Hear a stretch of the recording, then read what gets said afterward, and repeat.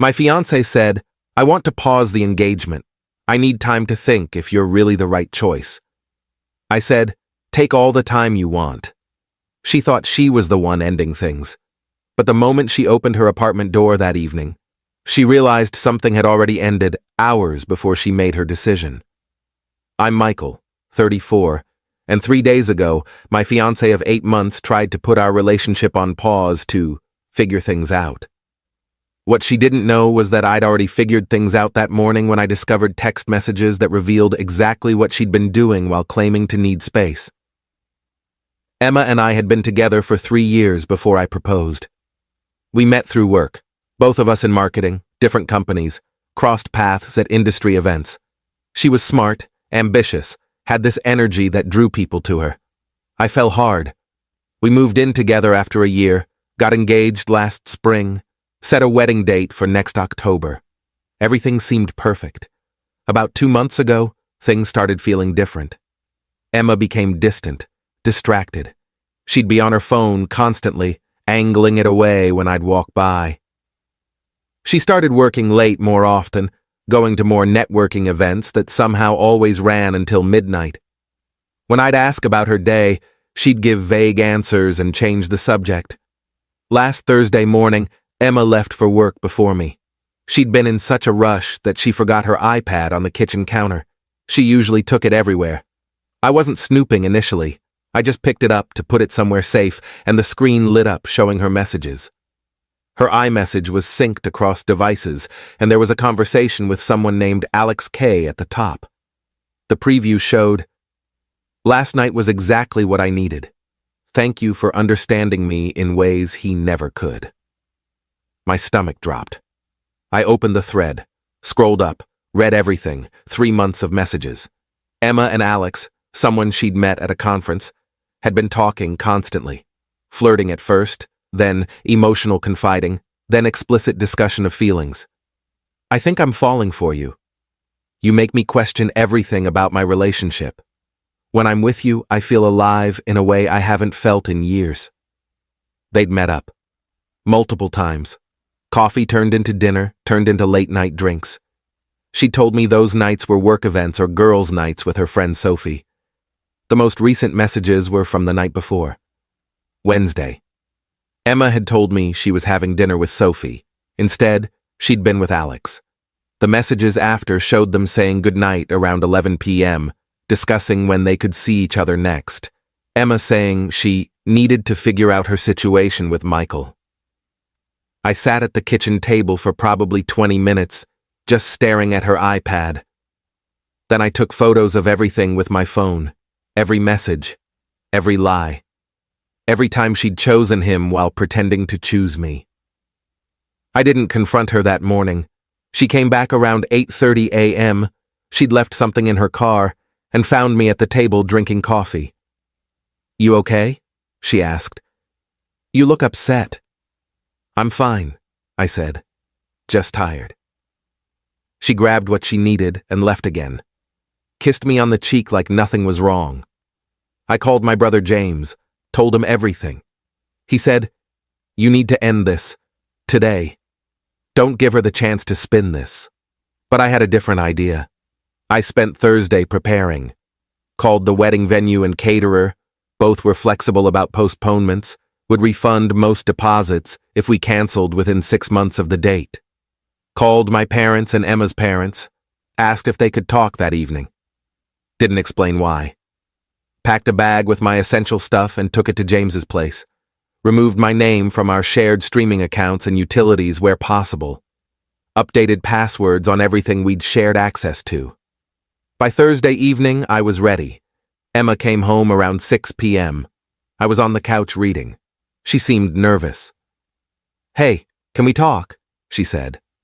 "Sure. What's up?" She sat across from me, not next to me.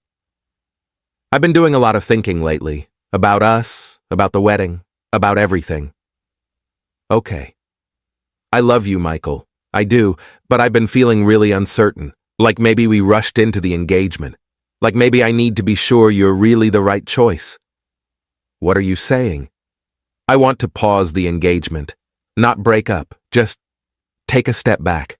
Give me some time to think clearly without the pressure of wedding planning. I looked at her carefully. She seemed nervous, but also a little relieved, like she'd been carrying this for a while. How much time do you need? I don't know. A few weeks? Maybe a month? I just need space to figure out what I really want. Space to figure out what you want, or space to figure out if you want to be with Alex? Her face went completely white. What? Alex K. The guy you've been talking to for 3 months. The guy you were with last night when you told me you were having dinner with Sophie. The guy you've been telling that I don't understand you and that he makes you feel alive. Michael, I don't know what I saw your messages, all of them, Thursday morning when you forgot your iPad. She stood up quickly, started pacing. You went through my private messages? You left your iPad unlocked on the counter. The messages were right there. But let's not pretend this is about me invading your privacy. This is about you having an emotional affair, maybe a physical one too, while planning a wedding to me. It's not what you think. Then explain it to me. Explain why you've been meeting up with someone behind my back. Explain why you told him you're falling for him. Explain why you've been lying to me for months. She sat back down, tears starting. I didn't mean for it to happen. Alex and I connected at that conference and we just started talking, and it felt good to have someone really listen to me. You've been so focused on work lately, and I felt lonely and he was there. So you had an affair. We didn't sleep together. Emotional affairs are still affairs, Emma. You've been building a relationship with someone else while engaged to me. You've been lying constantly. You've been choosing him over me while wearing my ring. I was confused. You weren't confused. You were having your cake and eating it too. You wanted the security of me and the excitement of him. And tonight you were going to ask for a pause so you could test drive the Alex option without fully committing to leaving me. Classic having your backup plan strategy. She was full on crying now. That's not fair. What's not fair is you lying to me for 3 months. What's not fair is you making me plan a wedding while you were telling someone else you might be falling for them. What are you saying? I'm saying we're done. The engagement is over. I've already contacted the venue and caterer about cancellation. I've moved my stuff to my brother's place. I called both sets of parents earlier. They're on their way here now, actually. Should be here in about 10 minutes. I wanted to tell them together what happened, so there's no confusion about why this wedding isn't happening. You called our parents? I did. Because I'm not letting you control the narrative on this one. I'm not letting you tell everyone that we mutually decided to take a break, or that we grew apart, or whatever story you were planning. Everyone's going to know the truth. She looked panicked. Michael, please. Can we just talk about this privately? We don't need to involve our families. You involved our families when you agreed to marry me while pursuing someone else. They deserve to know why their kids aren't getting married anymore. The doorbell rang. Emma looked at me desperately. Please don't do this. I stood up and went to the door. Both sets of parents had apparently arrived at the same time, were standing together looking confused. Thanks for coming, I said. Please come in. Emma and I need to talk to you about something. Update 1. The conversation with our parents was brutal. Emma's mom kept asking what was happening, why I'd called this emergency meeting. Emma was crying, asking if we could talk privately first. I just pulled out my phone. Emma's been having an affair, I said simply. For the past 3 months, with someone she met at a conference.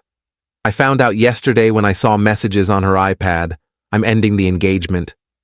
Emma's dad looked shocked. An affair? Emma, is this true? It's not an affair, we didn't, she started.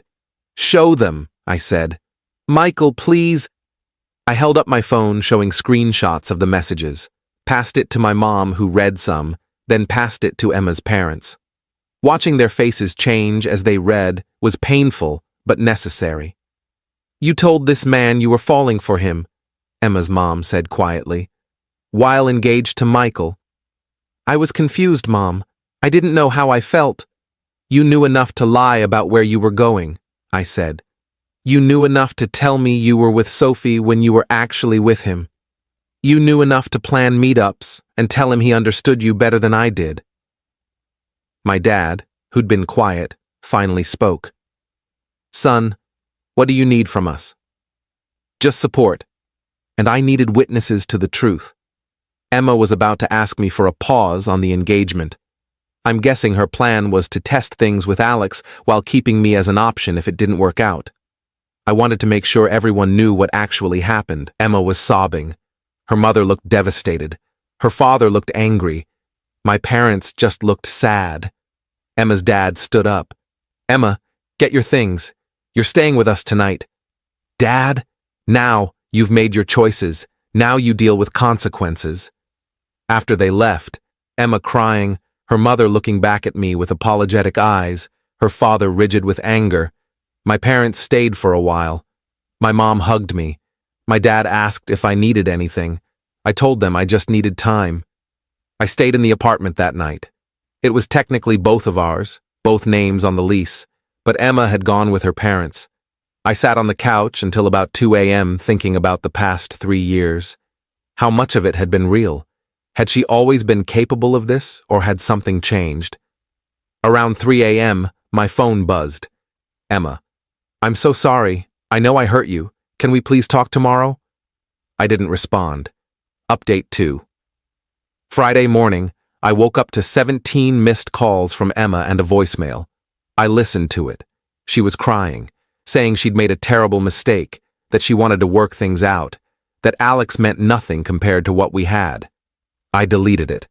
I took the day off work, spent most of it handling logistics, talking to the venue, officially canceling vendors, figuring out the apartment situation. Emma and I had 6 months left on our lease. I told the landlord what happened. He was surprisingly understanding, said he'd work with us on breaking the lease early. Emma's friend Sophie called me around noon. Michael, I need to tell you something. I didn't know Emma was seeing someone else. She told me she was going through stuff with you guys and needed space sometimes, but I had no idea she was meeting up with another guy. I would have told you if I'd known. I believe you, I said. Thanks for telling me. For what it's worth, you deserve way better than what she did to you. Emma showed up at the apartment around 3 p.m. I'd expected this. I stayed calm, opened the door, let her in. Thank you for seeing me, she said. I'm not seeing you. I'm letting you get your stuff. Can we just talk for 5 minutes, please? I looked at my watch. You have 5 minutes. I know I messed up. I know I hurt you. But Michael, what we have is real. What I feel for you is real. Alex was he was a distraction when I was feeling disconnected from us. It didn't mean anything. It meant enough for you to lie to me for 3 months. I was confused. Stop saying you were confused. You made choices. Every time you texted him, that was a choice. Every time you met up with him, that was a choice. Every time you lied to me about where you were, that was a choice. You weren't confused. You wanted both of us and thought you could have it. I'm choosing you now. You don't get to choose me after I caught you. That's not how this works. You had 3 months to choose me. You chose him over and over again. The only reason you want me now is because I found out and you're facing consequences. That's not true. Your 5 minutes are up. Get your stuff and go. She tried to argue for another 10 minutes. I just started packing her things for her. Eventually, she realized I was serious and started helping. We packed in silence. When she had 3 bags ready, she looked at me one more time. I really do love you, she said. If that's what your love looks like, I don't want it. She left. I changed the locks that evening. Update 3. Over the next week, I heard through mutual friends about Emma's version of events. She was apparently telling people that we'd been growing apart and that our breakup was mutual and complicated. When people asked about the wedding being canceled, she'd say, "We realized we weren't ready." I didn't correct anyone publicly. But when friends asked me directly what happened, I told them the truth. Word spread pretty quickly after that. Emma tried to reach out a few more times over the next 2 weeks.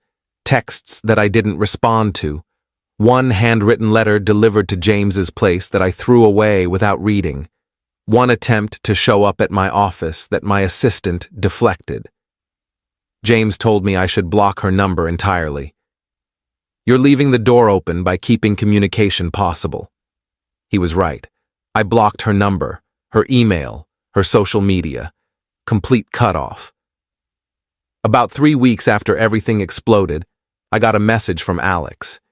He'd somehow found me on LinkedIn. I wanted to apologize. Emma told me she was single. I had no idea she was engaged. I wouldn't have pursued anything if I'd known. I'm sorry for my part in hurting you. I appreciated the message, but I also knew Emma well enough to doubt his story. I responded, She told you she was single? You never saw the engagement ring she wore every day? Never wondered why all your meetups were secretive and she couldn't post photos of you anywhere? He didn't respond. The apartment lease was broken with only 1 month's penalty. The landlord really was understanding. I found a new place closer to work. Smaller but cheaper, and it didn't have memories of Emma in every room. My mom asked me if I was doing okay emotionally. Honestly, I was. Angry, yes. Hurt, yes. But also relieved. If I hadn't found those messages, I might have married her. Might have spent years with someone capable of lying to my face every single day. Final update. It's been 3 months since Emma asked to pause the engagement. 3 months since I ended it instead. I'm doing well. Better than I expected, actually. I heard through the grapevine that Emma and Alex didn't work out.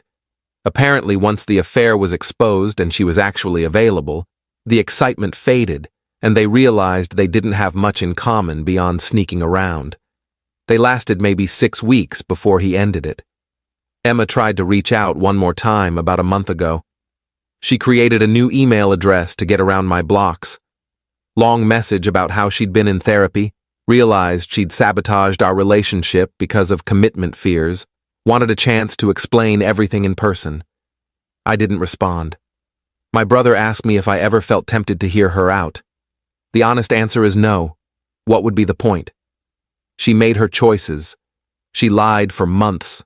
She only wanted to fix things after getting caught and losing both me and Alex. That's not someone who actually wants me. That's someone who doesn't want to be alone. I've started dating again. Nothing serious yet, but I'm open to it. I'm more careful now about red flags, distance, secretiveness, sudden changes in behavior. But I'm not cynical. What Emma did was about her character, not about relationships in general. The wedding venue ended up refunding most of our deposit since we canceled so far in advance. The caterer kept their deposit, but I didn't fight it. Small price to pay for avoiding a marriage that would have ended in divorce anyway. I ran into Emma's mom at a coffee shop 2 weeks ago. She looked embarrassed, but came over to talk. Said she was sorry about everything, that Emma was struggling, but it was her own fault. That I'd always been good to their family, and she wished things had turned out differently. I told her I appreciated that, and that I hoped Emma found what she was looking for.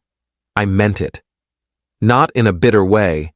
I genuinely hope she figures out whatever issues led her to blow up a good relationship. Just not with me. People keep asking if I'm over it. I don't know if over it is the right phrase. I'm past it. I've moved on.